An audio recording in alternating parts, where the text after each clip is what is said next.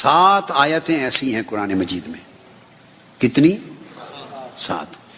جہاں اللہ تبارک و تعالیٰ نے اپنا اور اپنے محبوب صلی اللہ علیہ وسلم ذکر دونوں کا کیا ہے. ذکر دونوں کا کیا ہے، مگر ضمیر یا فعل واحد کی استعمال کی. ضمیر یا فعل واحد کا استعمال کیا، سنگولر. سورہ توبہ آیت نمبر 62 ارشاد فرمایا واللہ ورسولہ احق ان یردوہ.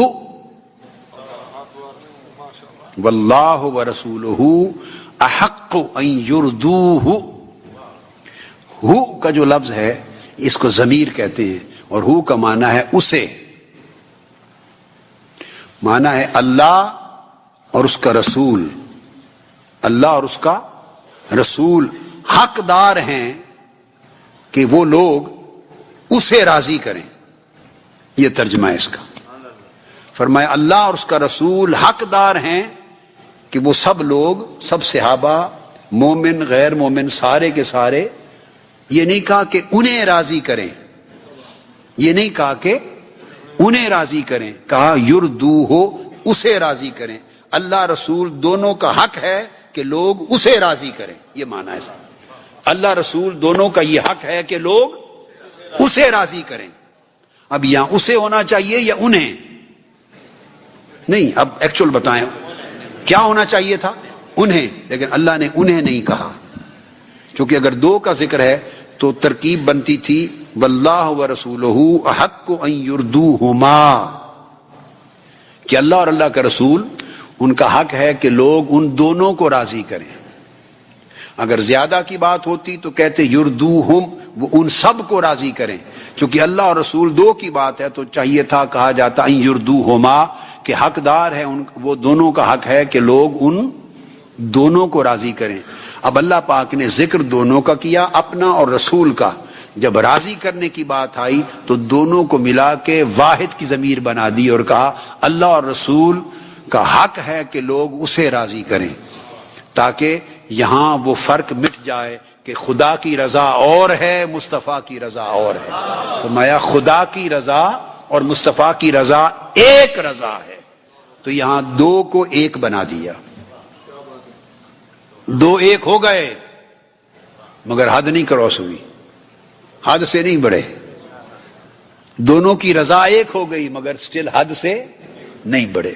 تو یہ پہلی بات، تاکہ اللہ اور اس کے رسول کی رضا ایک رضا تصور ہو جائے. اب دوسری آیت کوٹ کر رہا ہوں، سورہ النساء آیت نمبر 14 وَمَن يَعْصِ اللَّهَ وَرَسُولَهُ وَيَتَعَدَّ حُدُودَهُ يُدْخِلْهُ نَارًا خَالِدًا فِيهَا وَلَهُ عَذَابٌ مُهِينٌ. وَمَن يَعْصِ اللَّهَ وَرَسُولَهُ وَيَتَعَدَّ حُدُودَهُ، اور جو کوئی اللہ اور اس کے رسول کی نافرمانی کرے اور اس کی حدوں کو توڑے. دو کی بات ہو رہی ہے، اللہ اور اس کے رسول کی نافرمانی کرے تو کیا ہونا چاہیے تھا؟ وَيَتَعَدَّ حُدُودَهُمَا، کہ ان کی حدود کو توڑے. ذکر دو کا کیا، ضمیر ایک کی لگائی، تاکہ پتہ چل جائے کہ حدیں خدا قائم کرے یا مصطفیٰ قائم کرے وہ حد ایک ہی ہوتی ہے، وہ دو حدیں نہیں ہوتی. خدا کی قائم کردہ حد بھی وہی ہے جو مصطفیٰ کی قائم کردہ حد ہے، اور مصطفیٰ کی قائم کردہ حد وہی ہے جو خدا کی قائم کردہ حد ہے. تو خدا اور ہستی ہے، مصطفیٰ اور ہستی ہے. خدا خالق ہے، رسول مخلوق ہیں. خدا بھیجنے والا ہے، رسول آنے والے ہیں. خدا معبود ہے، رسول عبد ہیں. یہاں تو دو ہیں، مگر جب حکم دیتے ہیں، رضا دیتے ہیں، عطا کرتے ہیں، حد قائم کرتے ہیں، تو وہاں وہ حکم ضم ہو کر ایک بن جاتا ہے، ایک ہو جاتا ہے. یتعدی حدودہ، کہ اس کی حدوں کو توڑے. پھر آگے آئیے، تیسری آیت سورہ الانفال آیت نمبر 20. اب یہ قرآن سے شان رسالت کو سمجھایا جا رہا. سمجھا کہ قرآن شان رسالت کو کیسے بیان کرتا ہے، کیا کیا ہائٹس اور کیا کیا عظمتیں اور کیا کیا مختلف ایسپیکٹس دکھاتا ہے، کیا کیا ڈائمینشنز دکھاتا ہے قرآن. فرمایا الانفال آیت نمبر 20، یا ایھا الذین آمنوا اطیعوا اللہ ورسولہ ولا تولوا عنہ وانتم تسمعون۔ سورہ انفال آیت نمبر 20، فرمایا اے ایمان والو، اللہ کی اطاعت کرو اور اس کے رسول کی، اللہ کی اطاعت کرو اور رسول کی، دو کا ذکر آ گیا نا، اللہ اور اس کے رسول کی اطاعت کرو، ولا تولوا عنہ، اور اس سے منہ نہ پھیرو۔ کس سے؟ باری تعالیٰ کس سے؟ اللہ جواب دیتا ہے اس سے۔ باری تعالیٰ کس سے؟ وہ کہتا ہے بتا نہیں دیا، اس سے۔ باری تعالیٰ بات تو دو کی ہوئی ہے، اطیعوا اللہ و رسولہ، اللہ کی اور اس کے رسول کی اطاعت کرو، اب کس سے منہ نہ پھیرنے کی بات ہے؟ وہ فرماتا ہے اس سے، وہ نہیں کہتا ان سے۔ ولا تولوا عنہما نہیں کہا کہ اللہ اور اللہ کے رسول سے منہ نہ پھیرو، ان کی نافرمانی نہ کرو، فرمایا اللہ رسول کی اطاعت کرو اور اس کی نافرمانی نہ کرو۔ یہاں جب نافرمانی کی بات آئی تو خدا اور مصطفیٰ دونوں کا حکم ایک ہو گیا، ولا تولوا عنہ، اس کی نافرمانی نہ کرو۔ اللہ پاک نے فرمایا کہ تم جو بار بار پوچھ رہے ہو کس کی کس کی کس کی، ارے یہی تمہاری کس کو تو درست کرنا چاہتا ہوں کہ نافرمانی مصطفیٰ کی ہو تو میری ہے، میری ہو تو مصطفیٰ کی ہے۔ خدا و مصطفیٰ کا فرمان بھی ایک ہے اور ان کی نافرمانی بھی ایک ہے۔ تو ایک واحد کی ضمیر استعمال کی۔ پھر اسی طرح سورہ الانفال آیت نمبر 24، الانفال آیت نمبر 24، اللہ رب العزت نے ارشاد فرمایا یا ایھا الذین آمنوا استجیبوا للہ وللرسول اذا دعاکم لما یحییکم۔ اے ایمان والو، اللہ اور اللہ کے رسول جب آواز دیں، اللہ اور اللہ کے رسول کی آواز پہ لبیک کہا کرو، اللہ اور اللہ کے رسول کے بلاوے پر لبیک کہا کرو، حکم مانا کرو، اجابت کیا کرو۔ استجابت کا حکم ہے، اللہ اور اللہ کے رسول کی آواز حکم کو مانا کرو، اذا دعاکم، جب وہ تمہیں بلائے۔ یہ نہیں فرمایا جب وہ تمہیں بلائیں، عربی میں چاہیے یہ تھا نحو اور لغت کے قاعدے کے مطابق اذا دعواکم، کہ جب اللہ اور رسول بلائیں، یہ بنتا تھا اذا دعواکم، تو دعواکم نہیں کہا، سنگولر فعل استعمال کیا، اذا دعاکم سنگولر ورب، فرمایا اللہ اور رسول کی بات پہ لبیک کہو جب وہ تمہیں بلائے۔ کون بلائے؟ تو بلانے کے وقت ایک کا کہہ دیا، ذکر دو کا کر دیا،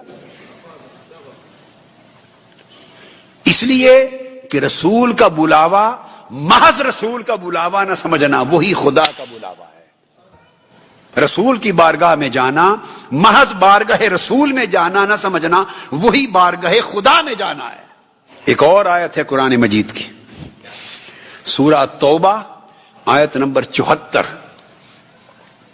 اس میں ارشاد فرمایا وما نقموا الا ان اغناهم اللہ ورسولہ من فضلہ۔ تو فرمایا کہ اگر کہ اللہ اور اس کا رسول اپنے فضل ہی، آؤٹ آف ہز بلیسنگ اگر غنی کر دے، اللہ اور اس کا رسول will provide you from his blessings, یہ نہیں کہا فرام دیئر بلیسنگز، نو، چاہیے تھا from Allah and his messenger, Allah and his messenger will bless you from his favours, نہیں کہا فرام دیئر فیورز، یہ with provide you from his blessings, نہیں کہا فرام دیئر بلیسنگز۔ تو اللہ رسول ذکر دو ناؤنز کا ہے، اس میں اللہ اور اس میں رسول، مگر ضمیر اور صیغہ اور فعل واحد کہا گیا۔ پھر اس طرح اور آیت ہے قرآن مجید کی، سورہ النور آیت نمبر 51، فرمایا اذا دعوا الی اللہ ورسولہ لیحکم بینہم، اگر اللہ اور اس کے رسول کی طرف بلایا جائے تاکہ وہ تمہارے درمیان فیصلہ کرے، نہیں فرمایا اگر اللہ رسول کی طرف بلایا جائے تاکہ وہ فیصلہ کریں, so that they may decide the matter, they may pass the judgment. یہ نہیں کہا, تو دے کی جگہ کہا so that he may decide. If you are invited towards Almighty God and His holy prophet, so that He may decide. تو فرمایا اس لیے چونکہ حکم یہ نہیں فرمایا وَلَمْ يَقُلْ لِيَحْكُمَا, یہ نہیں کہا کہ وہ فیصلہ کریں, نہیں فرمایا لِيَحْكُمَا, وہ فیصلہ کرے. اس طرح اور آیتیں اسی آیت کے بعد آگے بھی مزید حکم آیا ہے وَإِن يَكُنْ لَهُمُ الْحَقُّ يَأْتُوا إِلَيْهِ مُذْعِنِينَ, اس میں بھی إِذَا دُعُوا إِلَى اللَّهِ وَرَسُولِهِ پر آیا اللہ رسول کی طرف بلایا جائے تو پھر فرمایا کہ اس کی طرف تابع دار ہو کے چلے جایا کرو. یہ نہیں کہا کہ ان کی طرف, تابع دار ہو کے چلے جایا کرو. اب اس کی فلسفی کیا ہے وہ بڑی امپورٹنٹ ہے. وہ فلسفی سورہ نساء میں بیان کی, اور وہ فلسفی یہ کہ اللہ رب العزت نے فرمایا وَإِذَا قِيلَ لَهُمْ تَعَالَوْا إِلَى مَا أَنزَلَ اللَّهُ وَإِلَى الرَّسُولِ رَأَيْتَ الْمُنَافِقِينَ يَصُدُّونَ عَنْكَ صُدُودًا.